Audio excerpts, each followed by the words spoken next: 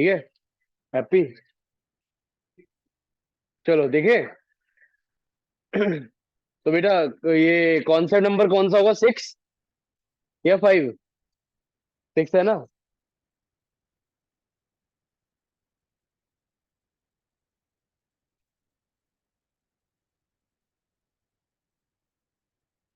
चलिए जी, concept number 6 लिखिएगा। Concept number 6, री इशू ऑफ फोरफिटेड। एक मिनट, फोरफिट की स्पेलिंग सही लिखी है मैंने? सही है ना? आई तो नहीं आता पहले। वैसे भी अकाउंट्स की क्लास है, इंग्लिश की क्लास नहीं है। री इशू ऑफ फोरफिटेड शेयर। आपने जो फोरफिट करे हैं शेयर, उनको हमें री इशू करना है। अब इसमें भी दो केस है बेटा। जैसे फोरफिट में दो केस थे। एक तो था issue, forfeiture of share issued at par, और एक था इशूड एट प्रीमियम। इसमें दो केस है आपके, पार्शियल री इशू या फुल्ली री इशू। ठीक है। बल्कि मैं उनको केस लेता भी नहीं, इतनी इज्जत भी नहीं देता कि वो केस है आपके। बहुत आसान है आपका। तो इसलिए अगर आप इसकी एंट्री करोगे, एंट्री दो होती है यहाँ पे। ठीक है। जब भी आप रीइश्यू करने जाओगे, आपकी एंट्री कितनी होंगी? दो। पहली एंट्री हमारी होगी, नॉर्मल शेयर आप रीइश्यू कर रहे हो, या आपने शेयर वापस मंगाया, तो शेयर कैपिटल अकाउंट क्या करा? डेबिट।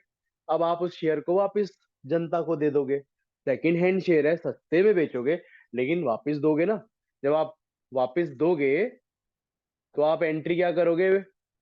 पहले तो इसकी हेडिंग डाल देते हैं, व्हेन शेयर आर री इशूड। तो बेटा आप एंट्री करोगे, पैसा आएगा बैंक अकाउंट डेबिट।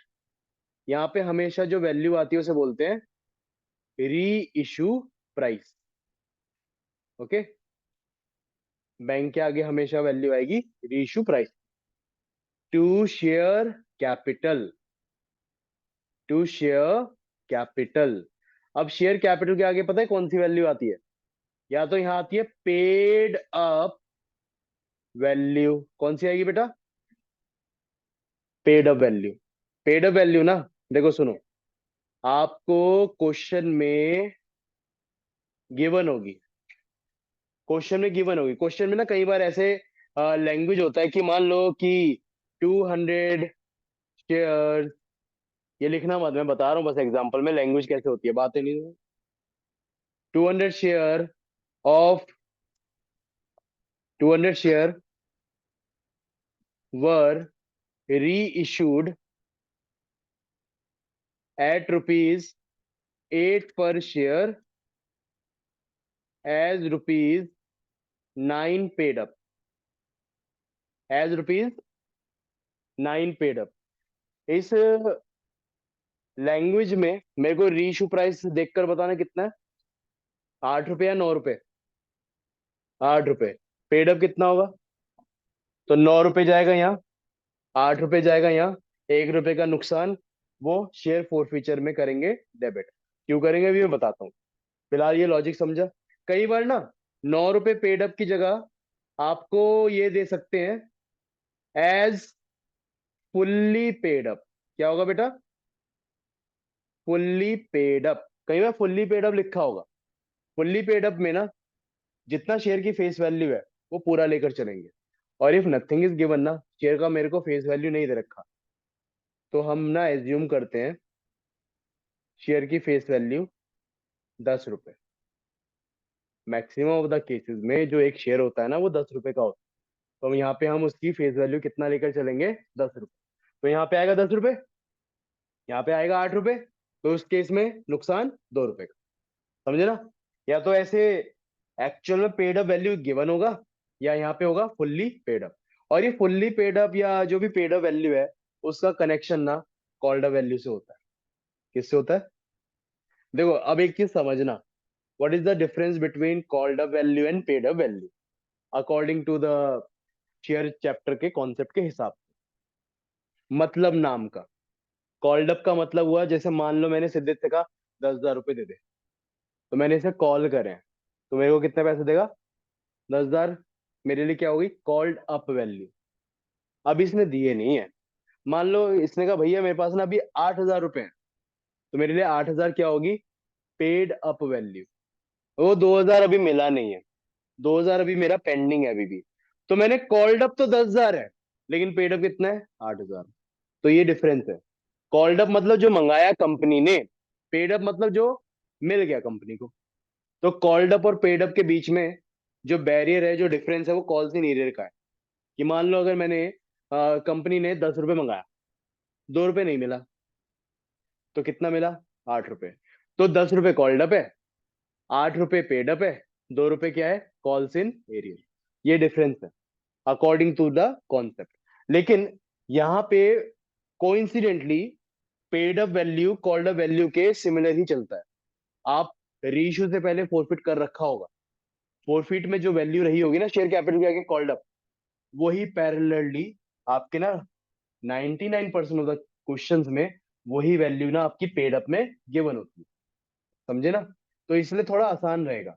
इवन कई बार ना मैं प्रेफर करता हूँ, क्वेश्चन में ये लाइन है ही नहीं, ये वाला पोर्शन क्वेश्चन में है ही नहीं, दे ही नहीं रखा, सिर्फ ये बता रखा है 200 share were reissued at 8 rupees per share, और कुछ नहीं बता रखा। तो इस केस में बाय डिफॉल्ट क्या लेंगे, क्योंकि पैरेलल ही चलता है फोर फीचर से री इशू में। तो पेड अप अगर गिवन नहीं है, तो आप ऑटोमेटिकली कॉल्ड अप वैल्यू ले लेना जो आपने ऊपर लिया। ठीक है ना? ये कब लेना है, इफ क्वेश्चन इज साइलेंट। अगर क्वेश्चन चुप है, बता नहीं रहा कि पेड अप कितना है, तो आप क्या लेकर चलोगे, कॉल्ड अप वैल्यू। ठीक है ना?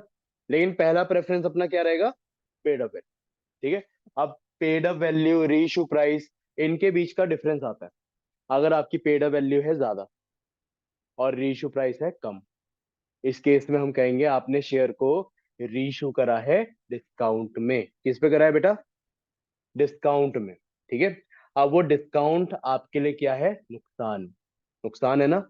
मान लो आपका 10 रुपए का शेयर था, आपको उसमें ना 3 रुपए नहीं मिले, 7 रुपए तो मिले है ना? तो आपको रिकवरी अल्टीमेटली 3 रुपए की ही तो करनी है। अगर आप मान लो वो 10 रुपए का शेयर था, आप अगर उसे 8 रुपए में भी रीशू करो, कितने में रीशू करो, 8 रुपए में भी रीशू करो, तब भी तुम फायदे में हो। तब भी किसमें तुम लोग, फायदे में हो। क्योंकि आपको उस केस में नुकसान 2 रुपए का है, और आपको पहले से 7 रुपए रिकवर हो चुके थे। अभी भी कितने के मुनाफे में हो, 5 रुपए के। पॉइंट समझ रहे हो, नहीं समझ रहे? क्या कहा, नहीं समझे? समझ गए ना? या लिख कर बताऊं? चलो लिख कर मेरे को ऐसे ना अंदर से सेटिस्फेक्शन सा नहीं हुआ अभी जो मैंने लाइन कही। देखो सुनो, आप मान लो ऐसा है शेयर, एप्लीकेशन 3 रुपए, अलॉटमेंट 4 रुपए, फर्स्ट कॉल 2 रुपए, 3 4, और फाइनल कॉल मान लो 1 रुपए, टोटल हो गया 10। इस भाई ने ये ना यहाँ दिया पैसा ना यहाँ दिया, इसके बाद इसका शेयर हो रहा है फोरफिट। ठीक है ना? पेड अप या कॉल्ड अप वैल्यू यहाँ 10 रुपए है। अब मान लो आपने ये शेयर आगे जाकर, क्योंकि अल्टीमेटली कंपनी को तो 3 रुपए से मतलब है, 3 रुपए रिकवर होना चाहिए। अगर कंपनी ये शेयर आगे जाकर 9 रुपए में बेचे, बढ़िया बात है। कंपनी आगे जाकर शेयर 8 रुपए में बेचे, बहुत अच्छी बात है। कंपनी अगर ये शेयर 7 रुपए में भी बेच रही है, तब भी कोई गम नहीं है। कोई गम है क्या अभी भी, कि 7 रुपए तो आ रहे हैं ना? अगर कंपनी ये शेयर आगे जाकर 5 रुपए में बेचे, तब भी कोई गम नहीं है अपने को। 5 रुपए तो आ रहे हैं, रिकवर कितना करना है, 5 रुपए अभी भी आ रहे हैं। कंपनी अगर ये आगे जाकर शेयर मान लो 3 रुपए में भी बेच रही है ना, कितने बेच रही है, तब भी कोई गम नहीं है। क्योंकि हम यहाँ पे ब्रेक इवन पे हैं, नो प्रॉफिट नो लॉस। 3 रुपए ही चाहिए थे, 3 रुपए आ रहे हैं, कोई गम नहीं है अभी भी। लेकिन कंपनी अगर ये 2 रुपए में बेचे, तो कंपनीज एक्ट अलाउ नहीं करता। कंपनी बेचना चाहे तब भी नहीं बेच सकती। कंपनीज एक्ट एक बात कहता है, जब 1956 का कंपनीज एक्ट था, वहां पे ना शेयर डिस्काउंट में भी इशू हुआ करते थे। जब से 2013 का कंपनीज एक्ट आया है, उसने ये वाला सिस्टम ना एबॉलिश कर दिया। उसने कहा कभी भी शेयर आप डिस्काउंट में इशू कर ही नहीं सकते। डिस्काउंट में कभी भी आपका शेयर डिबेंचर होगा। शेयर कभी डिस्काउंट में इशू नहीं होता। प्रीमियम में इशू हो सकता है, डिस्काउंट में कभी नहीं करोगे।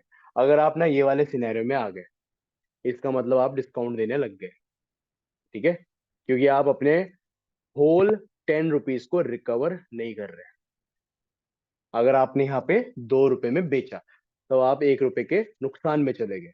10 रुपए का शेयर है, 9 रुपए की रिकवरी हुआ, यानी कि आपने 1 रुपए का ओवरऑल डिस्काउंट दे दिया अलग से। तो यहाँ पे कंपनी एक्टिव मना कर देगा, कंपनी तो छोड़ो। तो कंपनी, एक सवाल बनता है एमसीक्यू का, मैक्सिमम पॉसिबल डिस्काउंट कंपनी कितना दे सकती है? तो our answer is amount received, amount already received, उतना ही दे सकती है। यहाँ पे अमाउंट ऑलरेडी रिसीव्ड कितना है? 7 रुपए। तो अगर कंपनी मैक्सिमम डिस्काउंट पे आने को बोले, तो वो सिर्फ 7 रुपए दे सकती है, इससे ज्यादा नहीं देगी। इससे ज्यादा देगी तो कंपनी नुकसान में है, कंपनी डिस्काउंट में इशू कर रही है। समझे ना बात ये? तो एमसीक्यू का सवाल है ये वाला, कि कितना हम मैक्सिमम डिस्काउंट दे सकते हैं। इवन निकालने को भी आता है कि मान लो 3,000 शेयर हैं, बताओ एमसीक्यू में कितना मैक्सिमम पॉसिबल डिस्काउंट दे सकते हैं? तो 3,000 इंटू 3 और 4 7, 21,000। ये एज अ कंपनी हम रीइशू के टाइम पे मैक्सिमम डिस्काउंट 21,000 रुपए दे सकते हैं। समझे ना बात ये तो होगी नॉलेज की बात। अब बात करते हैं एंट्री की।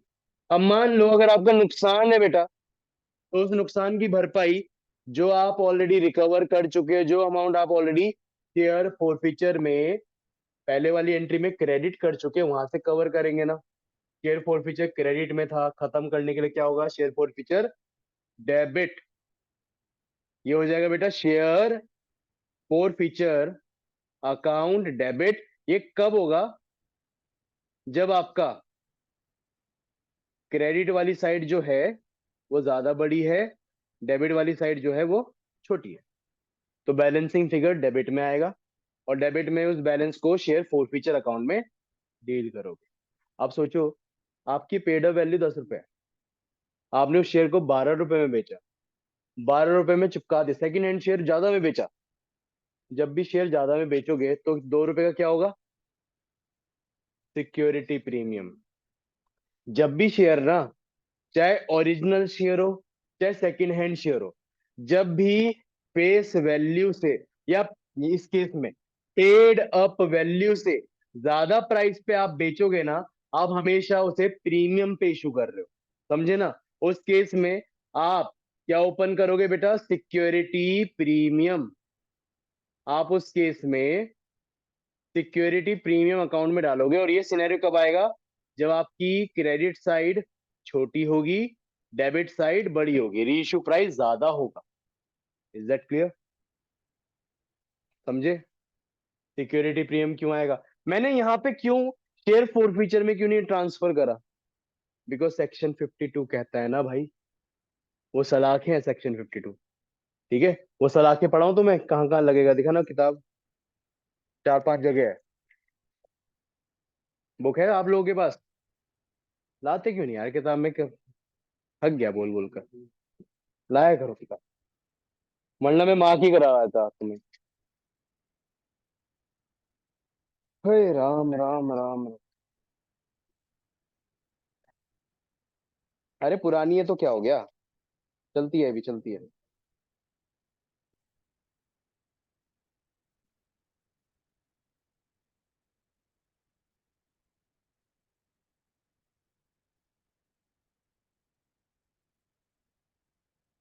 देखो, जिनके पास बुक है वो पेज नंबर, अब तुम्हारे में नहीं पता कौन सा चैप्टर है, इसमें 8 चैप्टर है, 8 ही है ना, 8.23 पे आ सकते हो।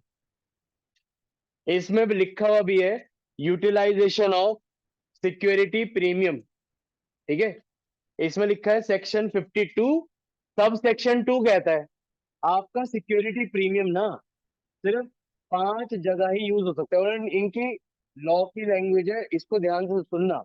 इसमें बोला section 52 sub section 2 of companies act restrict, क्या वर्ड यूज करा? Restrict restrict the use of amount received as premium on security for the following purposes. Restrict कर दिया ना, सलाखें बना दी ना, डब्बा डाल दिया ना, कि भाई अगर सिक्योरिटी प्रीमियम का पैसा आप किसी भी सिनेरियो में रिसीव करते हो, चाहे ओरिजिनल शेयर इशू के टाइम पे, चाहे रीइशू के टाइम पे, तो भाई वो रिस्ट्रिक्ट हो गया। आप उस मनी को और किसी पर्पस के लिए यूज नहीं कर सकते। बस ये जो 5 पर्पस है ना, यही कर सकते हो। पता है ये क्यों डाला, ये बॉक्स में क्यों डाला, सलाखों में क्यों डाल दे सिक्योरिटी प्रीमियम? सोचो ना, अगर कोई कंपनी है, उसका बहुत अच्छी गुडविल है, तो यार वो तो ऐसे सिक्योरिटी प्रीमियम का यूज करने में पीछे नहीं हटेगी। वही शेयर कितने का, 10 रुपए का? 1 लाख शेयर 10 रुपए, 1 करोड़। अच्छा कितने में? 200 में बेच सकते हैं। 190 का सिक्योरिटी प्रीमियम। ये शेयर का पैसा परे फेंको यार। 190 का सिक्योरिटी प्रीमियम को यूज करेंगे, मजे करेंगे। ऐसा कर सकते हैं ना कंपनी। कंपनी इस मनी को फालतू कामों में ना लगाए अपने बिजनेस के, इसका एक तरीके से यूटिलाइजेशन गलत ना करे। तो कंपनीज एक्ट ने बताई, आप ना अगर सिक्योरिटी प्रीमियम में इशू कर रहे हो तो इन 5 जगह ही यूज होगा, इसके अलावा अगर यूज करा तो आपके ऊपर मुकदमा होगा फिर, यानी कि आपने लॉ तोड़ा है। तो यहाँ पे 5 जगह क्या है? पहला, अगर आप चाहते हो अपने एग्जिस्टिंग शेयर को बोनस शेयर देना, फ्री ऑफ कॉस्ट, उनके लिए फ्री ऑफ कॉस्ट, आपके लिए खर्चा, वो खर्चे की भरपाई सिक्योरिटी प्रीमियम के पैसे से। सिंपल। सेकंड पॉइंट है right of preliminary expenses of the company. You know what is preliminary expense? Establishment expense. Company को सेटअप करने के खर्चे, प्रोमोटर करते हैं ना, स्टार्टिंग में जो प्रोमोटर के खर्चे होते हैं, जो वो खुद अपनी जेब से भरता है, वो कंपनी को उसे धीरे धीरे देने पड़ते हैं, उनको कहते हैं प्रीलिमिनरी एक्सपेंस। तो कंपनी वो प्रीलिमिनरी एक्सपेंस, अगर सिक्योरिटी प्रीमियम नहीं होगा, कंपनी खुद झेलेगी, प्रॉफिट एंड लॉस से हटाएगी। अगर आपके पास सिक्योरिटी प्रीमियम का आ गया ना पैसा, तो वहां से कवर करो, प्रोमोटर को सिक्योरिटी प्रीमियम से निकाल कर दे दो पैसा। सिंपल। तीसरा पॉइंट है writing off expense of commission paid और discount allowed on issue of securities और डिबेंचर ऑफ द कंपनी। मतलब जैसे अभी ना डिबेंचर इसके बाद पढ़ेंगे, पहले तो शेयर भी डिस्काउंट में होता था, वो हट गया, अब डिबेंचर ही होता है डिस्काउंट में। अगर आपने डिबेंचर को डिस्काउंट में इशू करा, या आप नई कंपनी है, नाम इतना नहीं है, तो अगर आप पब्लिक को इशू करने जाओगे, अंडर सब्सक्रिप्शन का ना डर रहता है। तो यहाँ पे बीच में आते हैं स्टॉक ब्रोकर्स, जो ना अंडर राइटर का काम करते हैं। You know what is under writer? Under writer एक मीडिएटर पार्टी है, ठीक है? आप वो इसको रेफरेंस ले सकते हैं। वो देखिए आपने, किसी ने wolf of wall street movie देखी है? नहीं देखी? देखो, थोड़ी वैसी मूवी है वो, लेकिन बहुत नॉलेजेबल मूवी है वो। अरे वो छोड़ो, स्कैम तो देखा है सबने। स्कैम भी नहीं देखा? जिसमें वो गाना आता है, रिया मेरी गर्लफ्रेंड। नहीं गाना? रिया मेरी गर्लफ्रेंड ऐसे। अबे मुद्दे की बात ये है, जो स्कैम है या जो आपकी वुल्फ ऑफ वॉल स्ट्रीट है, ये ना स्टॉक ब्रोकर्स के बारे में मूवी है, और ये कैसे स्कैम करते हैं उसके बारे में मूवी है। मुद्दे की बात ये है, जो वुल्फ ऑफ वॉल स्ट्रीट की कहानी है ना, वो ऐसी फर्जी कंपनियां जो इतना बढ़िया नहीं बना रही काम, जो सेंट्स में, जो 25 सेंट्स में उनका शेयर लिस्टेड है, उनको वो महंगा करके बेच रहा है। कि पहले तो इतना कंप्यूटराइज सिस्टम नहीं था, कॉल पे बेचते थे वो शेयर, वो इतना महंगा करके पूरा बड़ा चढ़ाकर बेच रहा है, उसको इतना मस्त कमीशन मिल रहा है, उसे कमीशन मिल रहा है ना वो काम करने का। मतलब ऐसी कंपनी जो छोटी कंपनी है, जो अपना शेयर इशू तो करना चाह रही है, बट वहां कंपनीज एक्ट का ना एक लॉ लगा हुआ है कि अगर आपने 90% से तक आपके शेयर सब्सक्राइब नहीं हुए, तो आपको ना सबका पैसा वापस करना पड़ेगा। अब कोई नई कंपनी है, वो ऐसे एडवर्टाइज भी नहीं कर सकती, प्रमोशन भी नहीं कर सकती, भाई हमारा शेयर ले लो। भाई हमें तो पैसों की जरूरत है, पैसा ही नहीं है प्रमोशन करने के लिए। तो वो ना अंडर राइटर को हायर करती है। वो कहते देखो सुनो, आपका काम है हमारा शेयर इशू करवाना, जितने भी शेयर इशू होंगे ना, उसके बदले आपको हम क्या देंगे? कमीशन। क्या देंगे? कमीशन। तो वो कमीशन का खर्चा भी तो करना है ना। तो उसने कहा शेयर इशू कराओ, पैसा लाओ, सिक्योरिटी प्रीमियम का भी पैसा लाओ। तो जो सिक्योरिटी प्रीमियम आएगा ना, उसका कमीशन का खर्चा भी यहीं से निकलेगा। समझे ना बात? ये तो ये वाला पॉइंट हो गया, राइटिंग ऑफ एक्सपेंस और commission paid on discount allowed. Fourth point है providing for premium payable on redemption, ये भी आएगा आगे, इवन मैंने उसमें भी करवा रखा है तुम्हें, ये वाला पॉइंट तो खासकर प्रीमियम ऑन रिडम्पशन वाला कैश फ्लो में याद है, मैंने वो पॉइंट करके लिखवाया था कि बेटा प्रीमियम ऑन रिडम्पशन अगर एडजस्टमेंट में है पहले चेक करो सिक्योरिटी प्रीमियम तो नहीं है, क्योंकि अगर हाँ है तो भाई प्रीमियम ऑन रिडम्पशन पहले कहाँ से हटता है, सिक्योरिटी प्रीमियम, उसके बाद एसपीएल पे, तो इसका ये यूटिलाइजेशन है। लास्ट पॉइंट है परचेजिंग ऑन शेयर, अगर आपको कंट्रोल जमाना है कंपनी में, नंबर ऑफ शेयर होल्डर कम करने हैं, तो शेयर मार्केट में जाकर खुद के ही शेयर खरीद सकते हो। अब वो खरीदने के लिए भी तो पैसा चाहिए, वहां सिक्योरिटी प्रीमियम से निकाल सकते हो, इसके अलावा और कहीं पे भी यूटिलाइजेशन नहीं होगा। समझे ना बात ये, इसलिए ना मैं यहाँ पे सिक्योरिटी प्रीमियम डालता हूँ, ये पूरा जो आपको कहानी सुनाने का रीजन था ना, वाई सिक्योरिटी प्रीमियम, बार बार सेक्शन 52 आ रहा है, तो सेक्शन 52 यही बात कहता है कि आप जब भी शेयर आप फेस वैल्यू से ज्यादा प्राइस पे इशू करोगे ना, वहां पे हमेशा सिक्योरिटी प्रीमियम ही आएगा, वहां शेयर फोरफीचर नहीं डालना। तो आपकी एंट्री ये बनी, bank account debit share forfeiture अगर लॉस है, to share capital to security premium अगर गेन है, सिंपल। समझे ना ये एंट्री। अब ये एंट्री हमारी हो गई किसकी, व्हेन शेयर आर रीइश्यूड, सबने एंट्री लिख दी, ब्रैकेट के साथ लिखी ना, ब्रैकेट में क्या क्या आएगा, ठीक है। सेकंड एंट्री, सेकंड एंट्री, इस एंट्री की हेडिंग डालना ट्रांसफर ऑफ गेन ऑन री issue of forfeited share into capital reserve,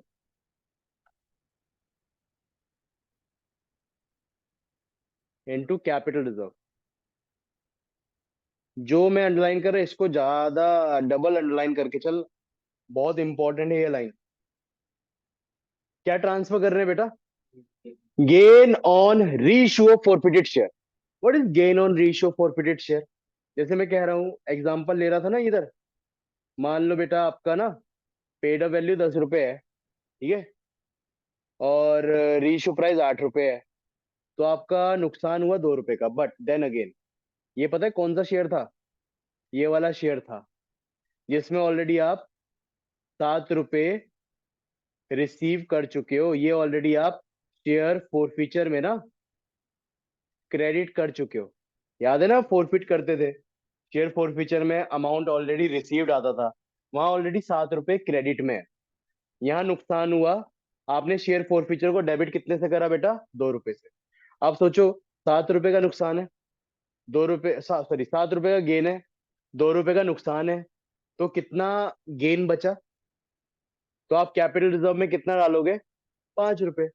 अब यहाँ पे ना, इसलिए मैंने इस वर्ड को बोला गेन ऑन री इशू ऑफ फोरफिटेड शेयर, ये गेन है कौन से शेयर पे, जो शेयर फोरफिट हुए थे, जो शेयर फोरफिट हुए थे उनके रीइश्यू का गेन है, उनके किसका गेन है बेटा, रीइश्यू का गेन है। ये वर्ड पे मैं बार बार फोकस पता है क्यों कर रहा हूं, आपको ना कई बार क्वेश्चन ऐसे आएगा, कैसे आएगा, मान लो आपके कितने शेयर थे यहाँ, 3,000, आपने जब बेटा ये 3,000 शेयर फोरफिट करे होंगे, तो मेरे को बताओ इसकी नॉर्मली एंट्री क्या हुई, यहाँ पे हुई होगी, 3,000 शेयर फोरफिट हुए, जिसमें 3 रुपए नहीं मिला, 7 रुपए मिल गया, शेयर कैपिटल डेबिट होगा ना, कॉल्ड वैल्यू कितनी पूरी, 10 रुपए ना, 10 इंटू 3,000, ठीक है, कॉल सीनियर में कितना नहीं मिला, 3 रुपए यानी कि 9,000, तो कितना मिल चुका है शेयर फोरफीचर में, 21,000 मिल चुका है, इज दैट क्लियर, ठीक है। अब मान लो अगर मैं सिनेरियो दूं कि इसमें से आपने ऑल शेयर, सारे शेयर आपने बेटा रीइश्यू कर दिए, reissued eight the rate rupees 8 per share, आपने 8 रुपए में बेच दिए, तो आप एंट्री क्या करोगे, bank account debit reissue price 8 रुपए, 3,000 शेयर की। 3,000 का 8 रुपए, 24,000। आ गया 24,000। ठीक है। आपने शेयर कैपिटल जब कुछ नहीं बोला तो ये वाला लेकर चलो। Paid up value which is 3,000 का 10 रुपए करके आया था ना। तो शेयर कैपिटल में 3,000 इंटू 10 रुपए लेकर चलना, विच विल बी 30,000। अब 30,000 के शेयर 24 में बेचे तो आपका नुकसान हुआ, जो कि शेयर फोरफीचर से कवर करोगे, विच इज। अब यहाँ 21 का फायदा, यहाँ 6,000 का नुकसान। कितना बचा? 15,000। कैपिटल रिजर्व में कितना डालोगे? 15,000 डालोगे। अब 15,000 कैपिटल रिजर्व में क्यों डालते हैं? बिकॉज ये वाला जो प्रॉफिट होता है ना, this is called capital gain. क्या बोलते हैं इसे? और कैपिटल गेन ही से आपका कैपिटल रिजर्व बनता है। कैपिटल रिजर्व का एक ही सोर्स है, विच इज कैपिटल प्रॉफिट। और ये कैपिटल प्रॉफिट है तो इसका अब कोई यूज नहीं है। फॉरफिटेड शेयर रीइश्यू हो चुके हैं। अब इसके अंदर जो बैलेंस बचा, अब इसका और कहीं यूटिलाइजेशन नहीं है। अभी तो इसका पर्पस था कि भाई 21,000 है, जब रीइश्यू करेंगे नुकसान हो सकता है, नुकसान की भरपाई करेंगे हम। हो गई नुकसान की भरपाई। नुकसान की भरपाई करने के बाद 15 बचा है। अब इसका कोई उद्देश्य रहा, कोई गोल रहा, खत्म। सारे शेयर बिक गए। तो इस केस में इसका सारा बैलेंस कहां ट्रांसफर कर देंगे? कैपिटल प्रॉफिट में। बिकॉज अब ये आपका रियलाइज्ड गेन है। कौन सा गेन है? Realised gain. अब यहाँ रियलाइज नहीं था ये गेन। अब इसके ऊपर ना रेस्पॉन्सिबिलिटी थी, किस चीज की? रीइश्यू के नुकसान को कवर करने की। कर दिया ना इसने नुकसान कवर। अब ये रियलाइज गेन हो चुका है। अब ये पैसा हमारा ही हो गया। अब इस पैसे को आप कैपिटल प्रॉफिट में आराम से ट्रांसफर कर सकते हो। और इसको ट्रांसफर करने की एंट्री हमारी क्या होगी? क्रेडिट बैलेंस है ना। क्या होगा बेटा अगर मैं यहाँ एंट्री लिख दूं साथ के साथ? यहाँ होगा share forfeiture account debit to capital reserve account. हम्म।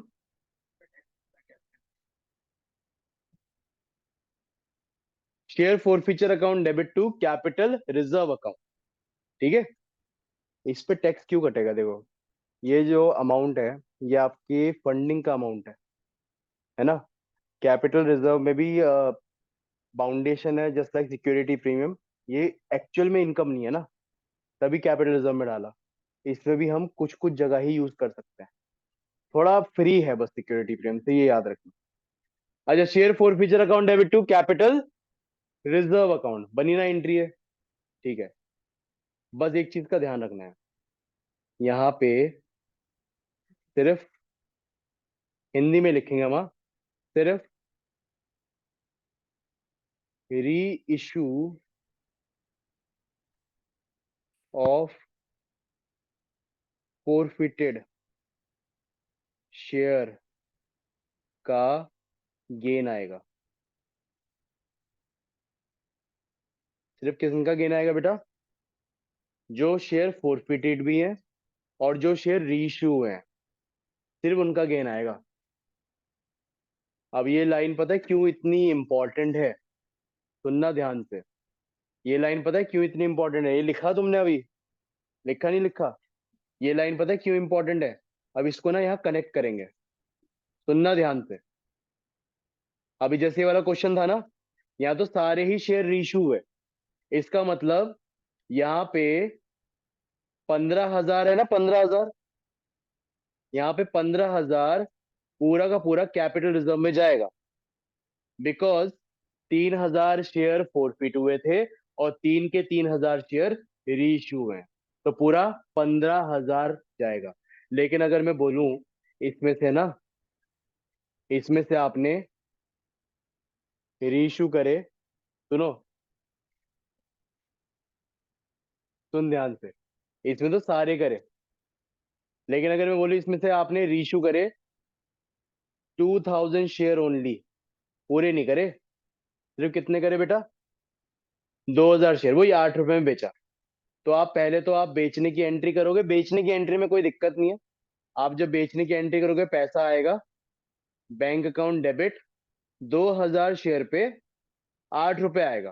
कितना आया? 16,000। और शेयर कैपिटल बनेगा आपका वही पूरा 10 रुपए ही लेकर चलेंगे जब कुछ नहीं है। 2000 शेयर पे 10 रुपए कितना, यानी कि 20 का शेयर 16 में बेचा, 4,000 का क्या हुआ? नुकसान। तो शेयर फोरफीचर में कितना जाएगा? 4,000।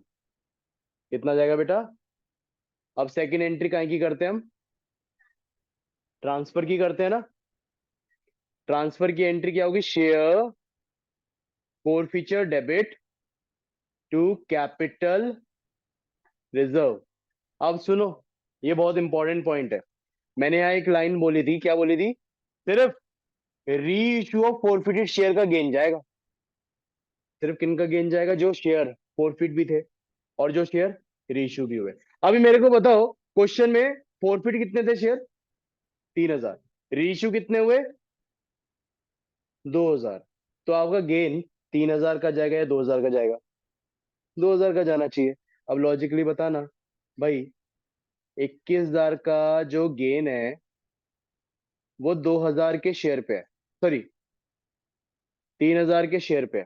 कितने के शेयर पे? तो मेरे को बताओ, 2,000 के शेयर का आप यूनिटरी मेथड से कन्वर्ट कर लोगे ना। अगर 21,000 का फायदा 3,000 के शेयर पे है तो एक शेयर पे फायदा 7 रुपए, तो 2,000 शेयर पे फायदा 14,000। 2,000 शेयर पे नुकसान, कितना नुकसान? 2,000 शेयर पे फायदा 14,000, 2,000 शेयर पे नुकसान 4,000, तो 2,000 शेयर पे रियलाइज गेन कितना बचा? तो यहाँ ट्रांसफर कितना होगा? लॉजिकली समझिए, नहीं समझे बेटा? जब आपने फोरफिट करे, यहाँ गेन कितना है? 21 है। कितने शेयर फोरफिट करने पे गेन हुआ ये? 3,000। 21,000 का गेन 3,000 शेयर पे है, तो पर शेयर गेन कितना हुआ? 21/3,000 करेगी, पर शेयर गेन हुआ 7 रुपए। अब हमने रीइशू कितने करे? 2,000। तो 2,000 शेयर पे गेन कितना होगा? 14,000। और 2,000 शेयर पे यहां नुकसान कितना हुआ रीइशू पे? तो यहाँ पे गेन, नेट वाला गेन कितना बचा 2,000 शेयर पे? 10। क्योंकि हम यहाँ पे सिर्फ किनका पैसा डालते हैं? सिर्फ रीइशू ऑफ फोरफिटेड शेयर, जो शेयर फोरफिट भी हुए, जो शेयर रीइशू भी हुए। समझे ना बात ये? तो यहाँ पे आपका जो बैलेंस जाएगा ना बेटा, 10,000 जाएगा। फिर सवाल आता है उन 1,000 शेयर का क्या भैया? ये भी तो बात है भाई, उन 1,000 शेयर का मकसद पूरा हुआ? उनका मकसद क्या है? अभी भी रीइशू होना और रीइशू पे नुकसान को कवर करना।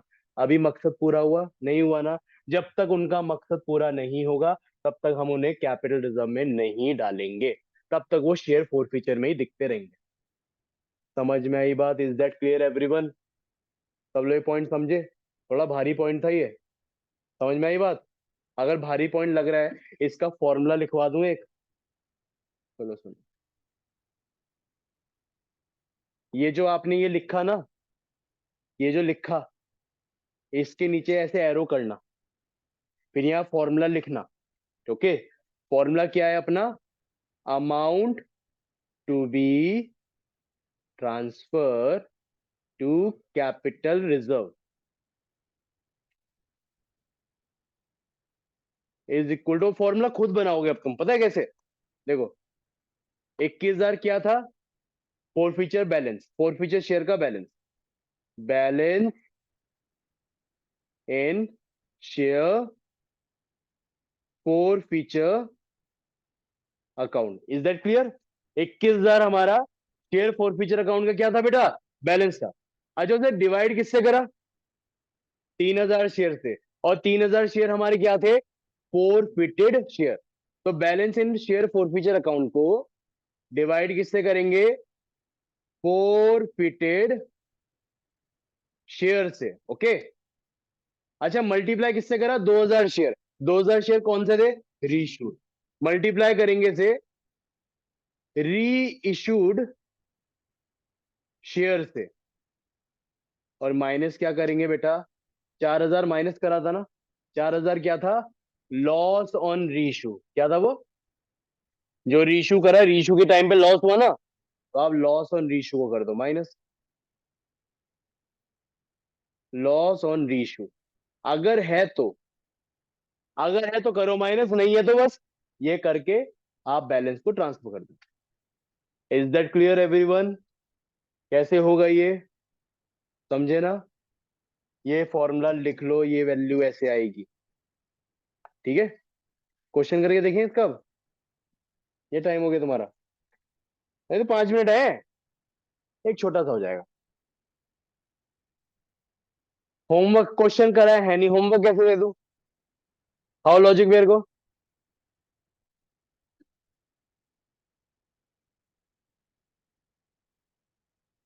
चलो एक छोटा सा क्वेश्चन दे रहा हूँ, तुम करना, मैं अटेंडेंस लूंगा, ठीक है? बहुत मेहनत करी है, अभी देखो पानी फिर जाएगा अगर आज एक क्वेश्चन नहीं करा हमने। सिंपल फोर फीचर रीशू करना है तुम्हें बस, ठीक है? तो चारवी के पास, Charvi had 2,000 share of rupees 10 each, payable as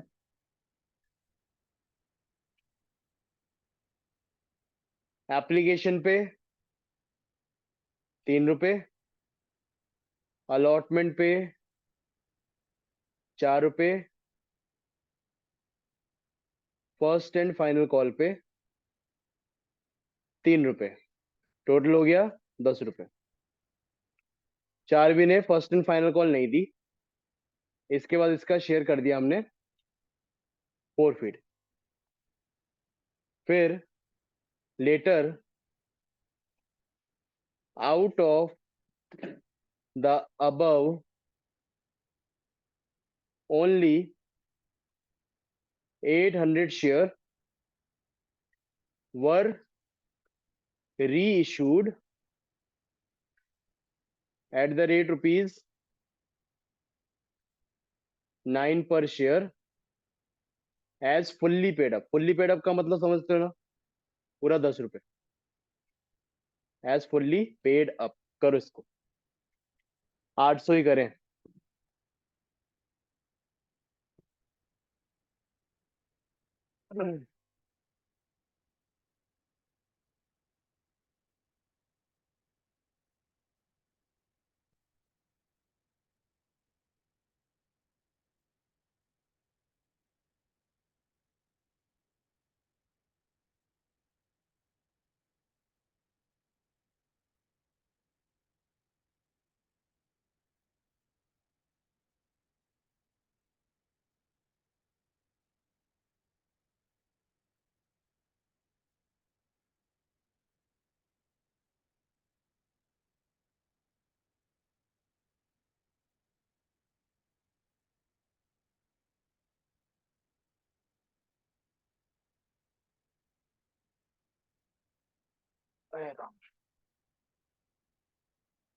Aditya,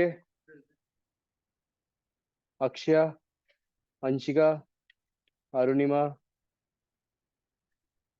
Arunima absent, चैतन्य, चारवी, गरिमा, गीतिका, हर्ष पराशर,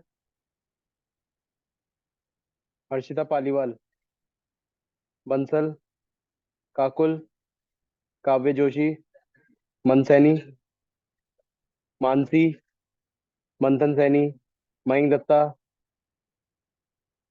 रेहान, नव्या, नीर धीमान, नेत्रा, प्रबलीन, प्राची, राशि, समर, शिवांग यादव, शिवांश, शौर्या, श्रद्धा, सिद्धित, सिमरन, नेहा, सूर्या, तन्मय, याशिका, आकांक्षा, आशीष, करण, कृष्णा, लक्ष्य, मंथन चंद्रा, निशी धीमान, प्रथा राठी, तुषार, हर्षित, हिमांशु। हो गया? चार ही हो गए क्या? प्राची हुआ। कॉल्ड वैल्यू क्या ली? प्राची, कॉल्ड अप कितना लिया?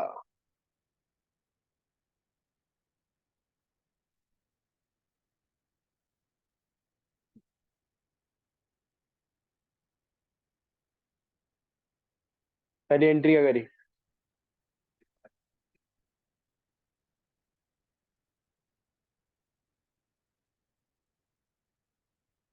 शेयर कैपिटल में कितना आएगा? हम्म।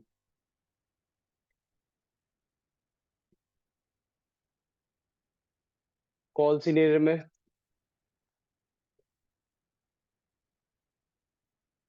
3 रुपए नहीं दिया ना?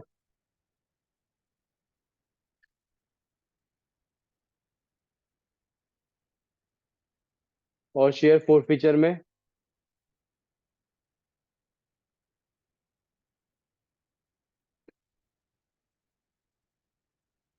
ये है।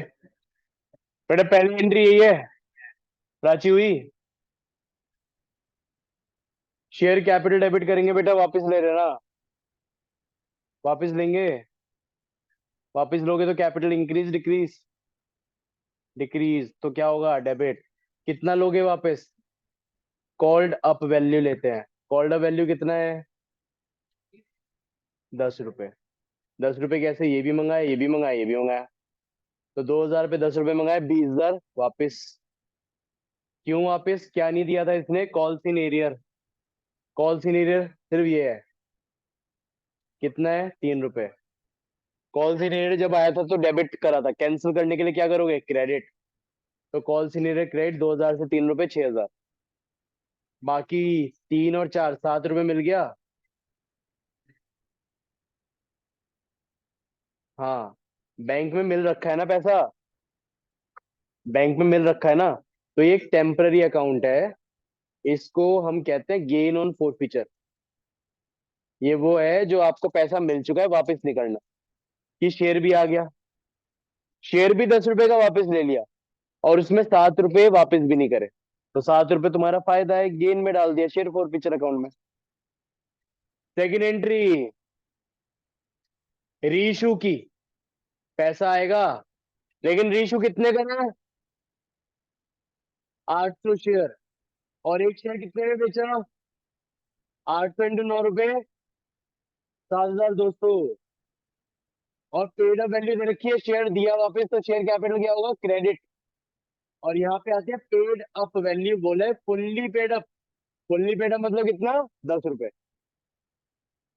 तो 800 × 10, 8,000। यानी कि शेयर 8,000 का था, 7,200 मिल गए।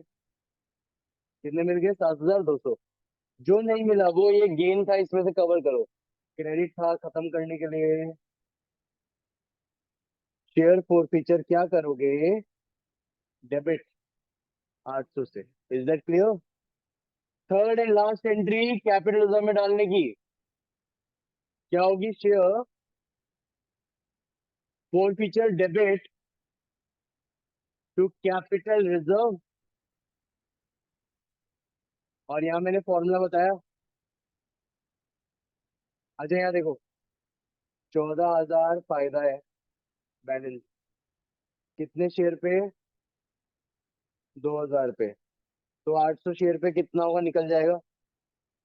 फिर इसमें से माइनस क्या करना है? लॉस। लॉस भी कितना है? 800 रुपये। अब इसको अगर आप सॉल्व करोगे, 2,000, ये 7 रुपये, 7 × 800, 5600 में से 800 हटा दो। कितना आया? तो यहाँ कितना आएगा? 4,800। समझे ना ये क्यों करा? क्योंकि यहाँ सिर्फ किन का पैसा जाता है? जो शेयर फोरफिट भी हुए थे और जो शेयर रीइशू भी हुए हैं। सिर्फ रीइशूड शेयर का बैलेंस जाएगा। बेटा कर लोगे? होमवर्क दो अब कुछ?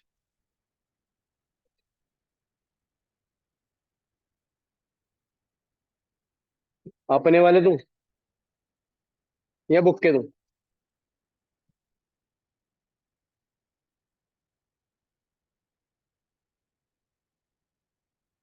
या ये वाले रहने दो, ये तो थोड़े हाई लेवल के हैं। बुक के दे देते हैं। नई बुक है किसी पे, नई बुक?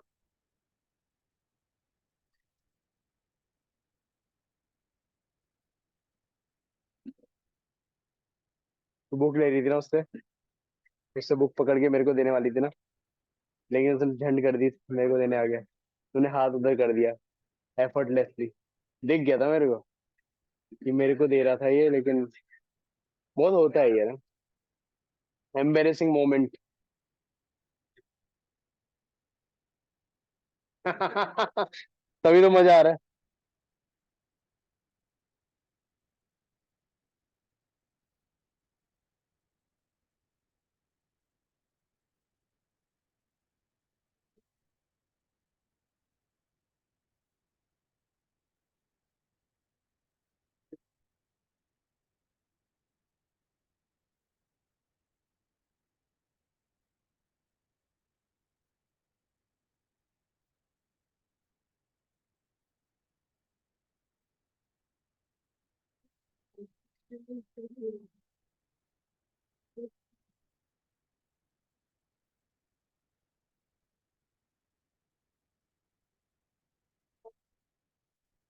चार क्वेश्चन होंगे कल ना।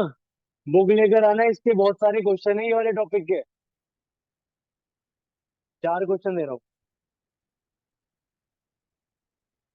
हो गया ऐड? बोल देगा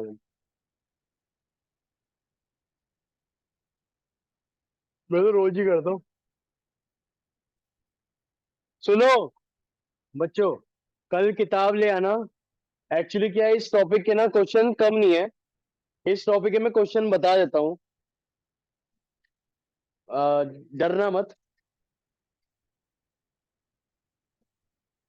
55 से लेकर, 55 में क्यों गिन रहा हूँ, 51 से ले, 51 में क्यों गिन रहा हूँ, 50 से लेकर 87 तक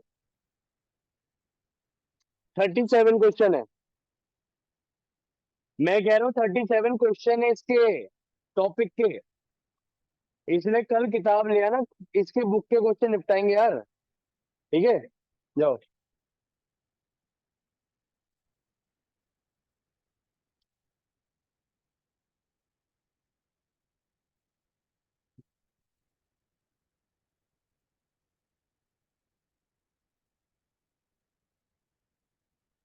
हाँ।